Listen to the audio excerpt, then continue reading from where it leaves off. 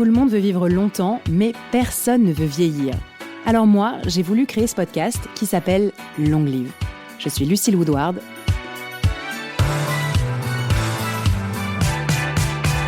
Dans ce podcast, je vais convier plein de personnalités pour parler de leur rapport au temps qui passe. Comment elles se voient, comment elles se projettent. On va parler de couple, de sport, de carrière, de philosophie, de psychologie. Bref, on va parler de tout et de tout ce qui peut nous aider à mieux profiter de la vie. Pour ce 3e épisode de Long Live, j'ai voulu changer de registre et parler longévité avec un spécialiste, un vrai. Son nom, c'est Michel Billet. Vous ne le connaissez sûrement pas, mais vous allez l'adorer. Il est sociologue, c'est-à-dire qu'il a étudié toute sa vie la société française autour du thème du vieillissement. C'est un sage, il a un peu plus de 70 ans et il va nous donner des clés pour comprendre le regard que l'on porte sur le temps qui passe. Alors vous ne le voyez pas, c'est le podcast, mais Michel Billet arrive pour l'enregistrement. Il est en costume complet, veston bleu marine, d'une élégance très rare, avec ses petites lunettes. Et attendez de l'entendre parler, parce que comme moi, vous allez vous faire emporter dans son monde. Bonjour Michel. Bonjour. Comment ça va ? Eh bien, merci, pas mal. Donc vous venez de Poitiers, Paris, journée de folie ? Enfin, de folie raisonnable, mais de folie quand même, parce que il faut quand même monter dans le train, faire un déplacement, revenir. Donc, très content d'être là. Très contente aussi. Très. Merci beaucoup en tout cas d'avoir accepté mon invitation. Michel, vous avez poussé très loin votre réflexion de sociologue sur le vieillissement et vous avez posé ce concept de bien vieillir. Mais alors, ce mot bien vieillir, donc en un seul mot, le bien vieillir, en un seul mot. Qu'est-ce que c'est ? Alors, c'est un concept qui m'énerve. J'ai bien compris. Pour être Je sens que franc. c'est assez péjoratif dans votre livre, d'ailleurs, qui s'appelle « La tyrannie du bien vieillir ». Voilà, qui m'énerve parce que nous sommes dans un contexte de société où, pour un peu, nous n'aurions le droit de vieillir qu'à condition de rester jeunes. Et cette absurdité mobilise chez moi une espèce de réactivité. Non, je ne peux pas vieillir et rester jeune. Alors qu'est-ce qui se passe ? C'est mal de vieillir ? Alors si c'est mal, on fait comme le propose le film qui vient de sortir, Plan 75, film de fiction japonais, qui propose de payer les vieux au-delà de 75 ans pour qu'ils se donnent la mort. Ben voyons. J'ai pas vu ça. Plan 75 ? Et ce genre d'absurdité mobilise chez moi une espèce de réaction parce que je veux, pour moi-même, pour ceux que j'aime, pour ceux qui m'entourent, je veux que nous ayons le droit de vieillir tel que nous sommes, tel que la vie nous a fait les uns et les autres, et nous sommes différents. Hommes, femmes, un peu plus vieux, un peu plus jeunes, etc., selon les métiers qu'on a exercés, selon l'enfance que l'on a eue, le contexte dans lequel on a vécu, quelquefois merveilleusement conservé, quelquefois bien abîmé par la vie, d'accord ? Mais oui, nous avons le droit de vieillir. Mais en fait, votre livre m'a un peu cassé la baraque, ça m'a un peu mise dans le mal, j'avoue, quand je l'ai lu.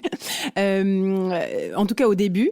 Parce que, vous voyez, moi, j'aide les gens à mieux vivre, à mieux vieillir. En tout cas, c'est ce que je pense, que je lis dans la presse aussi scientifique. Le sport, l'alimentation équilibrée, l'hygiène de vie. Et là, en fait, en fustigeant un peu le concept de bien vieillir ou vieillir peut-être pas trop mal, vous cassez un peu le mythe, quoi. Alors, tant mieux si je casse un petit peu le mythe, mais évidemment, je suis parfaitement conscient que nous tous, nous ne souhaitons qu'une chose, c'est vieillir bien. Mais ce bien vieillir est devenu une sorte de diktat idéologique pour obtenir de nous des comportements de conformité. Au moment de notre vie où, enfin, on pourrait vivre libre, d'accord ? Libre des contraintes professionnelles, libre des contraintes du temps, libre des contraintes de déplacement, des contraintes avec les contraintes que nous choisirions. Uniquement celles que nous choisirions. Et là, ça change tout. comment est-ce qu'on peut se rendre compte de si on est victime d'un diktat ou d'une tyrannie, comme vous dites dans votre livre, ou si on est soi-même, si on a vraiment sa propre envie de vieillir comme ci, comme ça, peut-être avec moins de rides, ou peut-être avec moins de taches sur la peau, ou plus d'énergie, ou plus envie de voyager, enfin, peu importe. Alors, je vais volontiers retenir l'exemple des rides que vous prenez. Je le trouve remarquablement intéressant. Je connais des gens qui ne souhaitent pas porter les rides. D'accord. Eh bien, après tout, ils ou elles ont bien le droit de ne pas souhaiter rider, de ne pas aimer l'idée que leur visage pourrait... Bon. Mais qu'est-ce qui se passe ? Comment se fait-il qu'aujourd'hui, nous soyons dans une société qui n'aime pas les rides ? Vous vous souvenez du visage d'une femme extraordinaire, Françoise Giroud ? Oui, absolument. Les dernières années de sa vie, son visage n'était que rides. Et il donnait le sens presque étymologique du mot, la ride, le rayon. Son visage rayonnait de vieillesse. Mais c'est fabuleux cette affaire-là. C'est-à-dire que les rides, comment se fait-il que nous ne les prenions pas comme attribut de beauté, mais que nous ne les prenions désormais que comme le défaut qu'il faut combattre, il faut les empêcher d'apparaître, si elles apparaissent, il faut les faire disparaître, etc. Alors on va aller se faire botoxer, injecter. Alors, on a même le droit, évidemment, mais qu'est-ce qui se passe ? Alors moi, je me fais peut-être avocat du diable. C'est pas forcément de voir la figure d'Ormesson qui était tout ridée ou voilà, enfin vous donnez d'autres exemples. C'est peut-être plus cette espèce de transition entre 30 et 70 ans. On va dire qu'à 70 ans, être super ridée, finalement, tout le monde dit « Ah, c'est génial, elle a laissé ses rides, elle est magnifique, elle est naturelle ». Ou pareil pour un homme, mais c'est peut-être plus la transition finalement à 40, 50, où c'est pas vraiment ridé, mais un peu, ça tombe, mais pas vraiment. C'est peut-être finalement ce moment-là qui est un peu délicat à gérer. Mais je pousse un peu là. Dans nos vies, toutes les transitions sont toujours des moments délicats, de l'enfance à l'adolescence, de l'adolescence à la jeunesse de l'adulte, de la jeunesse de l'adulte à la maturité, de la maturité, etc. Oui, toutes ces transitions sont des phases d'incertitude où nous savions tant bien que mal, et souvent assez bien, qui nous étions, et nous ne savons pas tout à fait qui nous allons devenir.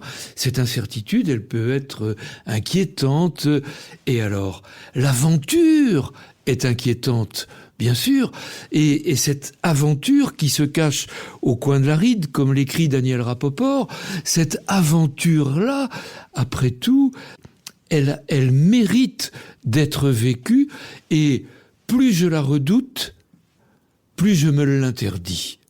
Et je devrais à ce moment-là vieillir en faisant comme si je ne vieillissais pas, comme si je n'avançais pas dans l'âge. Alors, vous vieillissez, mais attention, faut pas que ça se voie, faut pas que ça se sache, faut pas que ça s'entende, faut pas que ça se soigne, et puis, allez, faut pas que ça coûte.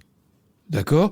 C'est-à-dire, bien sûr, c'est-à-dire qu'on à la société, parce que ça vous coûte à vous. Bien sûr. On vous demande donc de donner votre argent tout de suite pour ne pas avoir à le donner plus tard. Ben voyons, parfait. Alors, évidemment, encore une fois, moi, que l'on souhaite se faire une couleur de cheveux, mais pourquoi pas ? Voilà. Je peux bien aller me faire teindre les cheveux. Alors, mes petits-enfants vont rigoler, hein ? D'accord ? Mais je peux bien aller me faire des soins d'esthétique, des soins... Mais bien sûr, pourquoi pas ? Mais qu'est-ce que ça signifie, cette espèce d'exhortation, je dirais presque de contrainte, à aller vers ce rapport à la vieillesse qui, au fond, nous interdit de porter les attributs de la vieillesse, comme s'il n'était pas beau, comme s'il n'était pas enviable, comme s'il n'était pas désirable. Du coup, alors est-ce qu'il y a quand même des aspects positifs du bien vieillir, ou en tout cas du vieillir pas trop mal ? Parce que dans certaines interviews, vous dites « vieillir, c'est perdre ». Alors donc, si on vieillit, on perd. Si on reste jeune, on est dans le bien vieillir et donc on est dans le diktat. Donc en gros, qu'est-ce qu'on fait ? Alors, oui, vieillir, indéniablement, c'est perdre. Alors, c'est perdre de l'acuité visuelle. Vous avez 40 ans et les bras sont jamais assez longs. Il va falloir se résoudre à aller chez l'ophtalmo. La presbytie. Voilà, la presbytie. Ok, d'accord. Vieillir, c'est perdre de l'acuité visuelle, c'est perdre de l'acuité auditive. Vieillir, c'est perdre de la souplesse, de la force musculaire, de la rapidité dans l'exécution des vêtements, des mouvements, etc. Oui, vieillir, c'est perdre. Allez, c'est perdre ce que l'on a aimé, que l'on aime. Et on ne meurt pas toujours dans l'ordre chronologique où on est apparu, etc. Oui, vieillir, c'est perdre. Allez, c'est même tellement perdre que on pourrait dire c'est apprendre à perdre. Et là, ça y est, ça pourrait redevenir positif. Permettez-moi un exemple auquel, pour peu que je vous connaisse, j'imagine que vous serez sensible. Cet exemple, c'est ce que j'appelle volontiers la métaphore de la course lente. On connaît ça. Voilà. Moi, comme beaucoup de garçons, jeunes hommes de ma génération, j'ai commencé à fumer. J'ai dû fumer ma première cigarette à l'âge de 12 ans.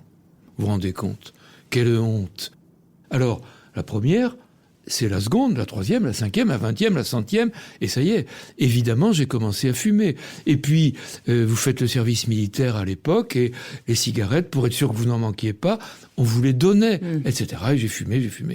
Et puis, j'ai eu des enfants qui râlaient quand je fumais en bagnole. D'accord ? Ils n'avaient pas tort, évidemment. Mais j'essayais de leur faire m'éclaper, parce qu'en plus, vous étiez dans votre bon droit. Mais voyons, d'accord ? Et puis, petit à petit, j'ai pris conscience de l'imbécilité qu'il y a, de la nécessité d'arrêter. Alors, j'ai décidé d'arrêter de fumer. Et pour m'aider à arrêter de fumer, j'avais 42 ans, 43 ans. Pour m'aider à arrêter, je me suis dit, allez, je vais essayer de reprendre un peu d'activité sportive. Moi, j'avais été sportif, mais il y a très longtemps. Donc, je me suis dit, allez, je vais aller courir. Le grand classique. Je vais courir. Effectivement, j'ai dû courir à peu près 1 minute et demie. Et puis, au bout d'1 minute et demie, complètement exténué, je me suis dit, mais oh là là, comment je vais faire ? Je raconte ça à un ami qui me dit, écoute, dimanche prochain, viens, on ira courir ensemble. Tu verras. Donc, je vais courir avec lui. Et puis, on démarre. Mais j'étais à peine parti. Il me dit, pas comme ça. Il va falloir que tu apprennes à courir doucement, à courir lentement. Ah, mais qu'est-ce que c'est que ce courir lentement ? Qu'est-ce que c'est que cette... Courir, c'était pour moi forcément aller vite. Voyons. Voilà. Vieillir, qu'est-ce que c'est ? Découvrir le plaisir de la course lente, au moment où partout on nous laisse croire que vieillir, c'est forcément renoncer. Non ! Pas renoncer à courir, découvrir d'autres manières de courir, de marcher, jusque dans toutes les sphères de nos vies, si j'ose, même les plus intimes, d'accord, découvrir un autre rapport aux choses, au monde, aux autres, découvrir, alors je reprends la métaphore, le plaisir de la course lente, eh bien voilà, ce n'est pas parce que je ne peux plus courir vite que je ne peux pas prendre du plaisir à courir. Un jour, il se peut que j'arrête complètement de courir. Oui. Et alors, je pourrais peut-être encore marcher. Et le jour où je ne pourrai plus marcher, parce qu'après tout, ça peut même arriver, mais qu'est-ce qui empêcherait que une auxiliaire de vie sociale, bien formée, attentive, bienveillante, vienne m'aider, pourquoi pas, avec un déambulateur, un fauteuil, un machin, allez, et une belle balade en forêt, vous savez, c'est quand même pas mal. Eh bien voilà, ce n'est pas forcément renoncer, oui c'est perdre, mais ça pourrait devenir apprendre à perdre, c'est-à-dire se lancer sur cette découverte d'un autre rapport aux choses que l'on a à vivre. Dans votre livre, vous dites « L'âge de la vieillesse recule au point que l'on peut être âgé sans être vieux », au sens péjoratif du terme. Voilà. Alors peut-être que je me trompe complètement et que je me gourde de chemin et que vraiment j'ai faux. Mais j'envisage, idéalement, oui, peut-être courir moins vite, mais continuer à courir, idéalement à 80, 90. Je vois déjà beaucoup d'exemples, ça m'inspire, j'ai envie. Et j'avais pas forcément envie de perdre ça. Mais vous perdrez. Mais vous perdrez. Évidemment, vous perdrez. Je ne peux pas vieillir sans perdre. Mais perdre, ce n'est pas forcément renoncer ou vivre une situation dans laquelle l'objet perdu disparaîtrait. On pourrait prendre une multitude d'exemples. Vous savez, ça fait quelques années que je ne suis pas allé en boîte de nuit. Et alors, j'aime toujours la musique. Je peux encore danser. Mais je ne danse pas aujourd'hui comme si j'avais 20 ans. Allons, ça n'aurait... En plus... Tout le monde se paierait ma tête, enfin ça n'aurait aucun sens, etc. Et alors, le plaisir de la danse, le plaisir de la musique, le plaisir du corps en mouvement, tout ça, mais oui, bien sûr.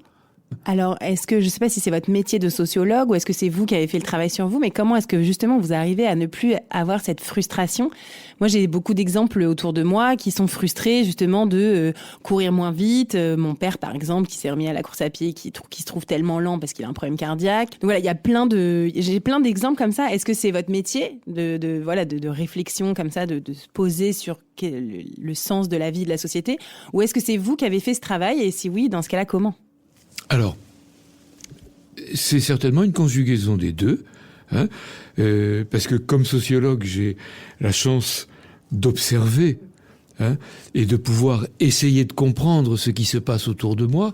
Ça, c'est quand même une posture absolument délicieuse, si je puis dire. Et puis, un travail sur moi de multiples manières, parce que les accidents de la vie m'ont construit moi aussi, comme ils ont construit les autres, bien sûr. Et puis parce que, petit à petit, ce travail sur le vieillissement m'a amené à oser poser cette question: qu'est-ce que c'est vieillir ?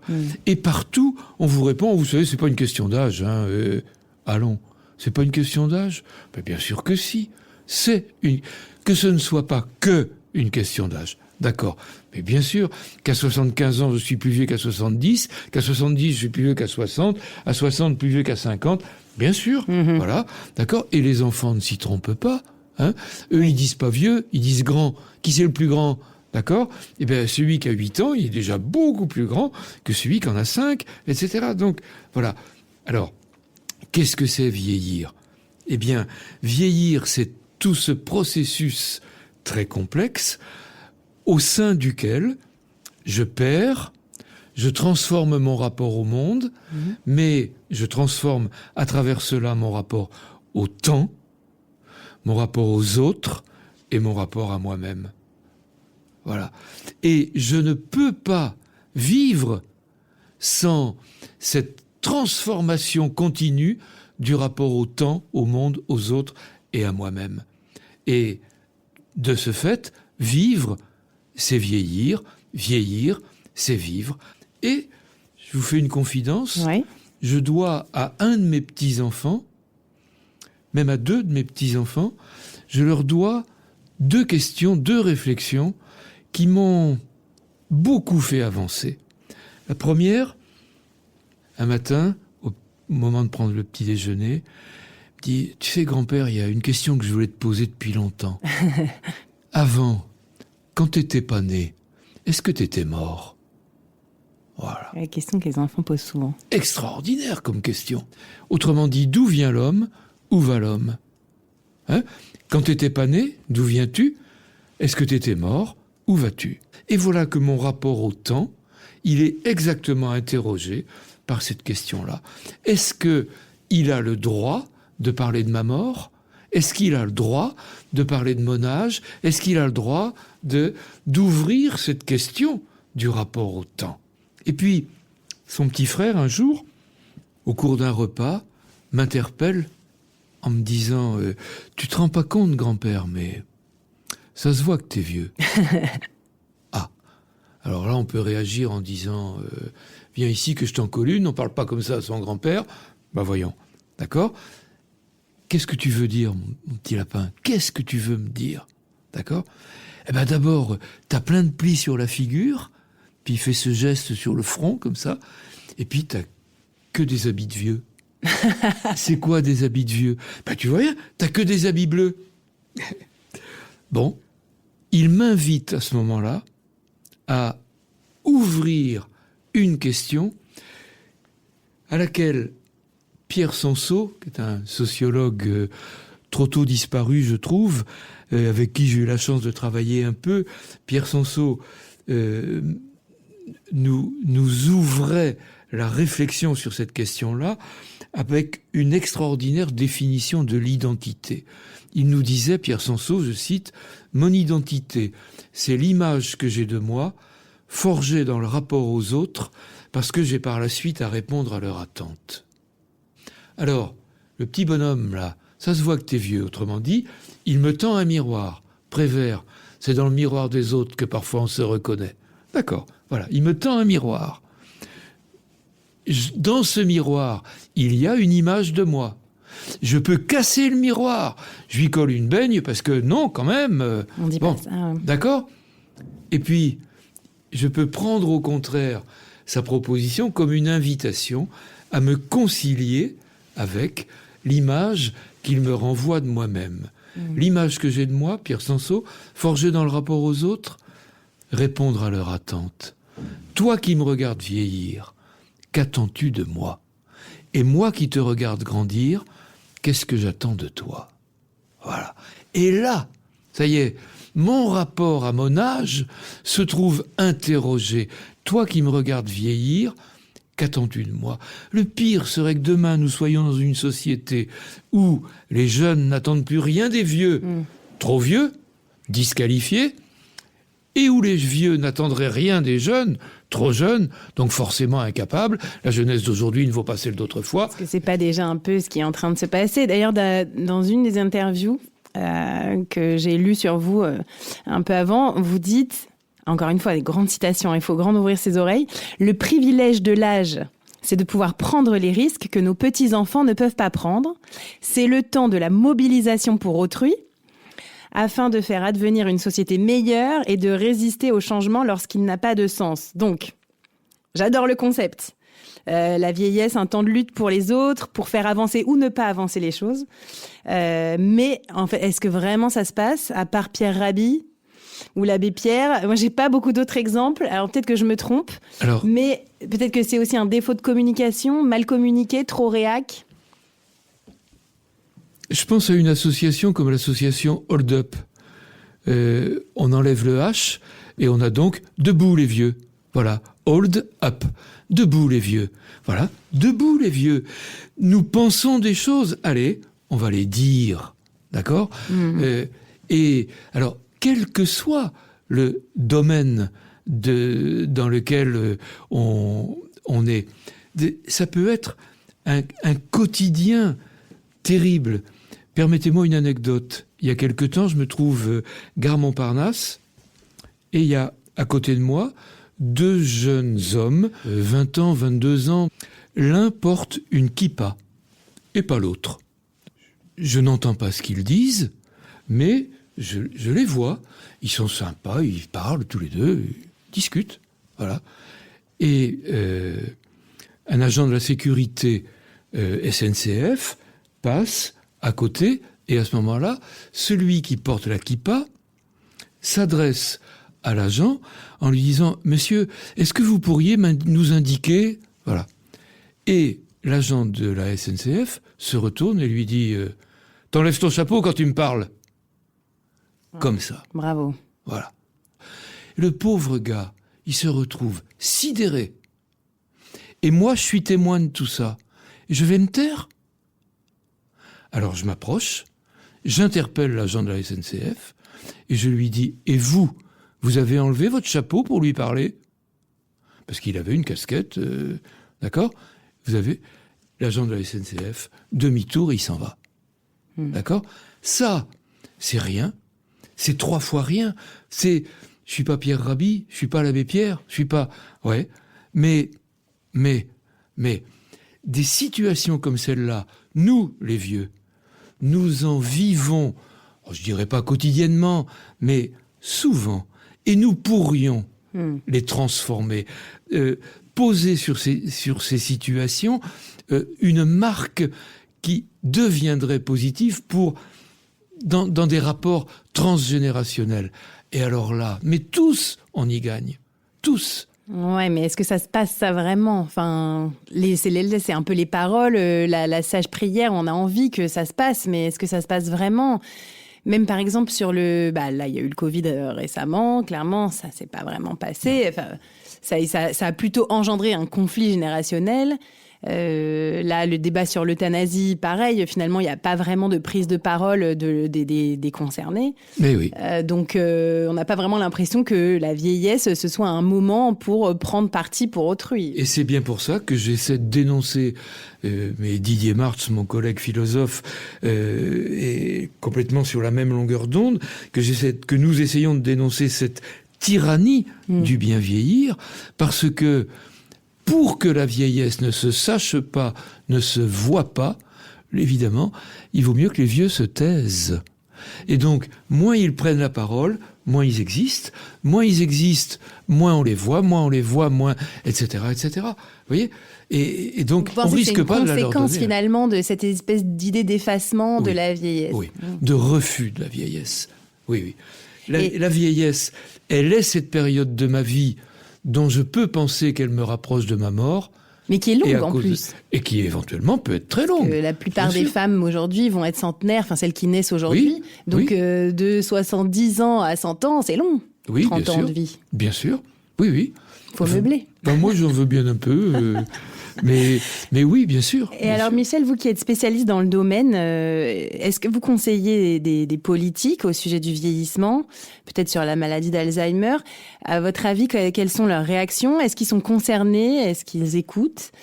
Et justement, face à cet un peu empêchement du vieillissement, voilà, l'effacement, est-ce que ils auraient des rôles à jouer, les dirigeants, sur cette question du vivre ensemble intergénérationnel ? Ils auraient un rôle absolument fondamental à jouer en incitant nos contemporains à une transformation du regard sur la vieillesse. Mais eux-mêmes sont très, très souvent prisonniers d'un regard négatif sur la vieillesse. Ils sont dans cette espèce de boucle économique ou pseudo-économique, comptable.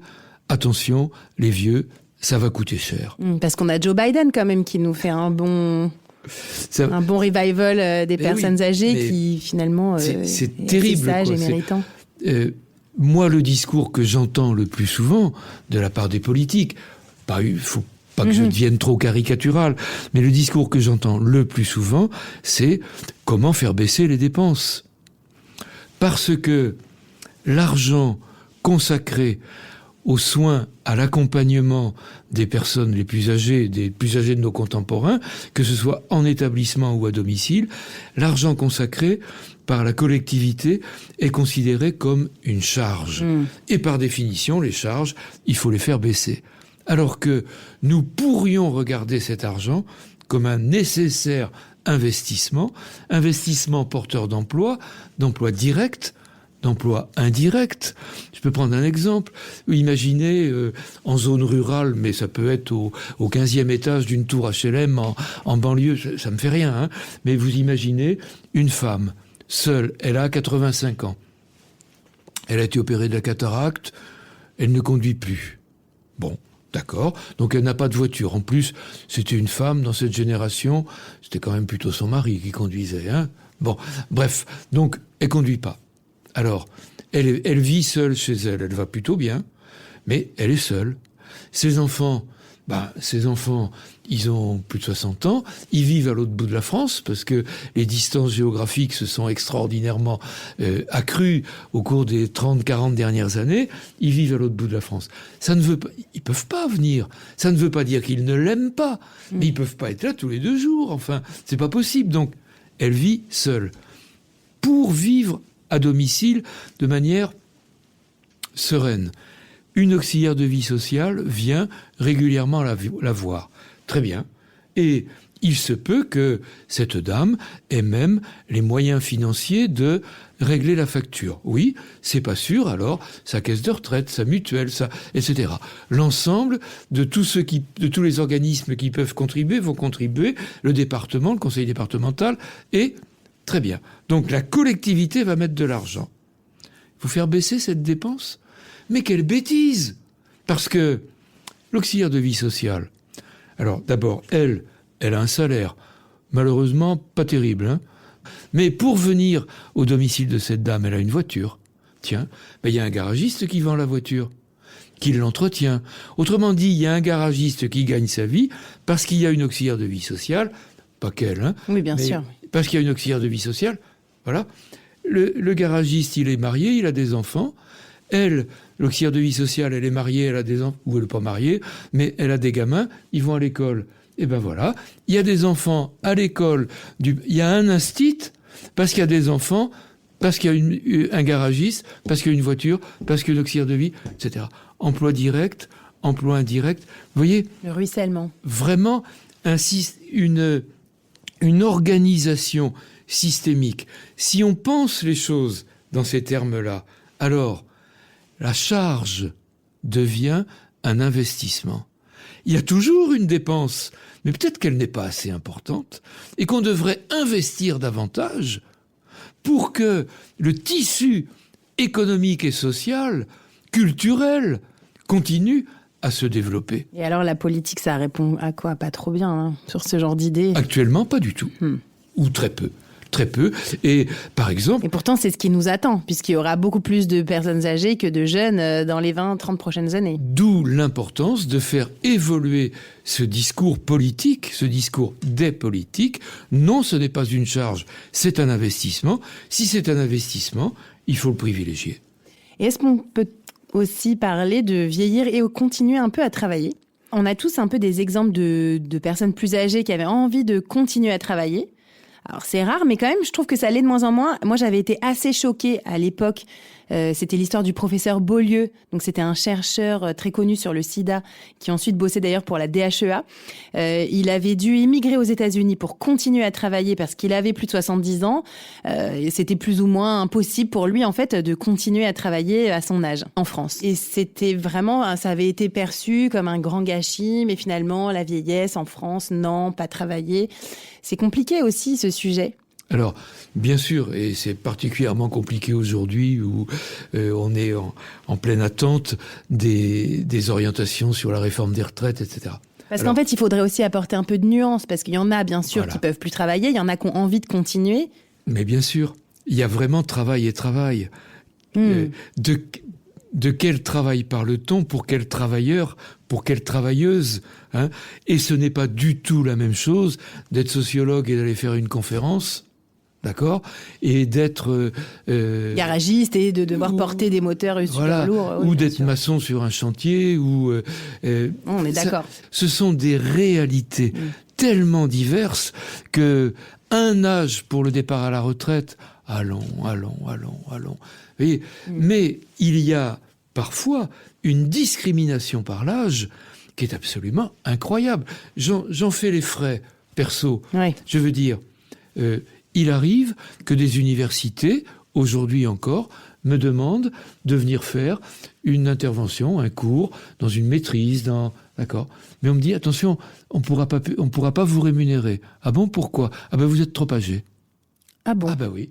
Ah ben ça alors ? Eh ben oui, j'ai plus de 70 ans. Eh ben je peux pas être payé. Non, mais vous vous rendez compte ? Dire, on veut bien que je vienne faire un cours, mais on pourra pas me payer. Trop contente, évidemment, de pouvoir avoir 3 heures de cours sans avoir d'argent à débourser. Ouais. Pensez. Donc, vous voyez, discrimination par l'âge. C'est bizarre. Et le monde du travail n'est pas à ça près. Et discrimination par l'âge, bien sûr. Vous avez, par exemple, certaines entreprises dans lesquelles le plan pour le maintien des seniors dans l'emploi commence à 45 ans. Autrement dit, à 45 ans... Moi, dans 3 ans. À 45 ans, vous êtes repéré comme vieux, comme vieille. Allons. Dans cette transformation sociétale nécessaire, nous avons à penser l'âge dans un nouveau rapport au travail. Alors, parfaitement dispensé de travail, ouais. Mais de temps en temps, non, pas forcément dispensé, parce que, après tout, on pourrait imaginer que les dernières années d'activité professionnelle soient l'objet d'une évolution des tâches qui permettrait de travailler dans de meilleures conditions, peut-être sur des journées moins longues, sur des semaines moins intenses. Les transitions douces vers la retraite, finalement, comme on parle. Mais bien sûr, mais bien sûr. Mais du coup, c'est quoi ? C'est à vous d'aller faire encore les manifs parce que d'ailleurs, dans un de vos livres, je sais plus, dans une interview, vous parlez du fait qu'on reproche aux 68 arts d'avoir dégommé la planète et du coup, cette espèce de vieillesse dont on ne veut plus. Donc, est-ce que c'est à vous d'aller à nouveau battre le pavé sur ces conditions-là, comme vous l'avez fait dans les années 68 ? Et pourquoi pas ? En tout cas, ne nous taisons pas. Moi, vraiment, je m'adresse... Nous, on veut bien vous aider, hein. Vraiment, je m'adresse, et je vous en remercie, je m'adresse vraiment aux gens de ma génération en leur disant, non, ne nous taisons pas. Et dans le dialogue avec nos petits-enfants, ne nous taisons pas. On a pollué la planète. Bah oui, mais attendez... Sans forcément le savoir, oui. Si on m'avait dit... Quand mon premier enfant est né en 1971, si le pharmacien chez qui je suis allé acheter des biberons m'avait dit « Je ne vous conseille pas les biberons en plastique. Je vous suggère plutôt de continuer à prendre des biberons. » Mais j'aurais pris les biberons en verre, évidemment. D'accord ? Mais c'est parce que on m'a vendu les biberons en plastique comme étant mieux que les biberons en verre que je les ai achetés. Et puis après, on me disait, attention, l'eau du robinet, hein, pas pour vos enfants, hein. Non, faut acheter les bouteilles en plastique, hein. Donc évidemment, on allait au supermarché, on a été, et les bouteilles en plastique, elles se sont retrouvées dans l'océan, sur les plages, à polluer.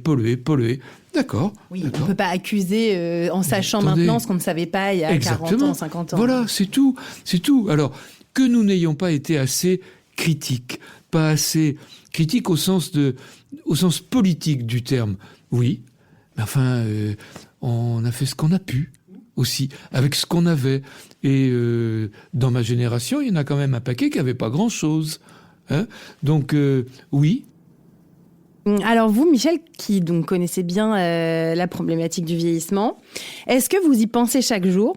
Par exemple, tiens, comment est-ce que je peux mieux vieillir ? Ou pas du tout ? Est-ce que c'est dans votre tête un peu tout le temps oui. Tiens, je vais manger plutôt ça, plutôt que ça, plutôt faire cet exercice de sport ? Bien sûr, tout le temps. Vous me dites chaque jour, je vous répondrai volontiers chaque nuit. Chaque nuit, les insomnies ? Ah bah bien sûr, chaque nuit, parce que vieillissant, votre sommeil se transforme. Et je dors. J'ai de la chance. J'ai pas besoin de comprimés, de médicaments, de trucs comme ça. Non. Mais je ne dors pas de la même manière que il y a 10 ans, il y a 20 ans, etc. Non, c'est pas le même sommeil. Et pour le prolonger, est-ce que vous prenez de la DHEA, des oméga-3, du Q10 ? Est-ce que vous jeûnez ? Est-ce que vous faites du sport ? Bon, j'ai compris que vous aviez arrêté de fumer il y a déjà bientôt 30 ans. Mais est-ce que vous faites d'autres choses, de la muscu Activité sportive, oui. Aucune molécule particulière. Personnellement, oui, activité physique, voilà. J'ai un grand jardin que j'essaie d'entretenir, je vais courir volontiers, oui, des choses comme ça, bien sûr. Marcher, oui. Manger sainement, bien sûr, le plus sainement possible, mais ça ne veut pas dire qu'on n'a pas le droit de se faire plaisir, hein. Mais personnellement, je n'ai pas expérimenté de molécules particulières, non. Et vous avez aussi écrit sur les relations familiales, dans un livre qui s'intitule « Évolution des familles et dialogue entre les générations ». Compliqué. Alors, comment est-ce qu'on se parle bien, justement, quand on est peut-être 3-4 générations autour d'une table ? Ça arrive maintenant de plus en plus souvent. Et d'ailleurs, moi, j'ai un exemple, puisque dans 2 semaines, je vais fêter les 100 ans de ma grand-mère. Oh, quelle chance! Donc, 4 générations, ma grand-mère, donc ma mère et mes tantes et mes oncles, mes cousins, et donc nos enfants à nous. Donc, 4 générations. Comment est-ce que on peut bien parler à nos aînés de ça ? Parce que souvent, on pas forcément eu cette réflexion, ce temps d'acceptation de la vieillesse. En tout cas, dans mon entourage, c'est la vieillesse est un naufrage, c'est la cata, on n'en veut pas, c'est chiant, que du négatif. Donc comment est-ce qu'on fait peut-être pour les accompagner, les emmener dans d'autres réflexions sans avoir l'air d'être la jeune qui sait tout et qui a toujours raison? En essayant, chacun, quel que soit notre âge, de replacer l'autre dans le contexte de sa vie à lui et dans le contexte de la vie d'aujourd'hui. Mais je ne regarde pas une femme de 100 ans, je ne la regarde pas de la même manière si j'essaie de comprendre dans quel contexte elle est née, dans quel contexte elle a grandi, vécu, dans quel contexte elle s'est mariée, elle a été mariée. D'accord ? Dans quel contexte elle a eu des enfants ? Dans quel contexte elle a été enceinte ? Dans quel contexte elle a eu des enfants ? Dans quel contexte elle a accouché ? Dans quel contexte elle a... etc. Les guerres. D'accord ?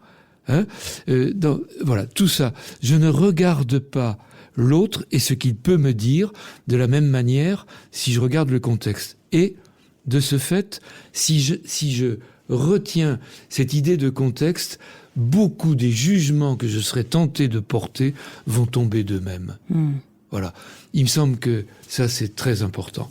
Voilà. Voir les choses comme si on était à leur place, quoi. Se mettre un peu à leur place. Oui. Et puis, si je peux me permettre, l'expression que vous avez employée, vieillesse, naufrage. Moi, je l'entends quotidiennement. Et on la restitue à son auteur, De Gaulle. Non. Oui, tout à fait. Non. De Gaulle, la D'abord, vieillesse, De Gaulle l'avait emprunté à Chateaubriand, et quand De Gaulle la reprend, c'est pour parler de la vieillesse de Pétain. D'accord ? Ah, donc c'est une citation hors contexte, alors que mes parents me sortent en permanence. Mais on peut comprendre, parce que très souvent, elle n'est pas donnée dans le... D'accord ? Mais c'était pour parler de la vieillesse de Pétain. Et Dieu sait si sa vieillesse à lui, De Gaulle, n'a certainement pas été un naufrage. D'accord ? Donc, c'était pour parler de la vieillesse de... C'est un autre message. Que je retiens bien, du coup. On va conclure, parce que merci beaucoup. Ça fait, je pense, presque 1 heure qu'on se parle, mais on pourrait en parler pendant des heures. C'est vraiment un sujet passionnant. Donc, dans La tyrannie du bien vieillir, finalement, ça commence assez mal. Ça m'a un peu plombée. Et finalement, ça termine plutôt pas mal, plutôt de façon positive. Et en tout cas, ça ouvre des portes. Et vous avez ce propos assez similaire d'ailleurs à celui de Perla Servan-Schreiber qui nous avait fait l'honneur d'inaugurer ce podcast. Vous dites, le plus important, ce n'est pas de vieillir bien ou mal, mais de vivre, vieux ou jeune, peu importe. Et oui, bien sûr. C'est beau ça. De vivre. Et il n'y a pas d'âge pour vieillir, il n'y a pas d'âge pour... Comment dire ? Je crois que il n'y a pas d'âge pour passer du si au quand. Du si je meurs, oh ben moi si je meurs un jour, enfin on ne sait pas, hein, d'accord ? Pour passer du si au quand. Moi, quand je mourrai, et vous avez des jeunes de 5 ans, 15 ans, qui sont capables de regarder cette réalité humaine exactement en face, et à 15 ans de dire « moi, quand je mourrai ». Voilà. Et vous avez des vieux qui ne sont toujours pas capables de le faire. Eh bien, je ne peux vivre sereinement que si j'accepte progressivement de passer du moi, si je meurs, on ne sait jamais, je passerai peut-être à côté, et puis le transhumanisme, après tout, d'accord ? La nouvelle lubie. Ben voyons, d'accord. Donc, de passer du moi, si je meurs, au moi, quand je mourrai. Voilà. Et quand je mourrai, j'aimerais pouvoir me retourner et me dire qu'après tout, ça valait le coup d'être vécu. Voilà. Donc, cette vie qui vaut le coup d'être vécue, qui vaut la peine d'être vécue, pour la vivre, effectivement, et pour la vivre jusqu'au bout, jusqu'à son terme, dans les meilleures conditions possibles, il nous faut la regarder comme un remaniement continu de notre rapport au monde, aux autres et à nous-mêmes. Merci infiniment, c'était vraiment passionnant. On a eu envie de continuer et on a même eu un peu les larmes. Merci. Merci beaucoup Michel.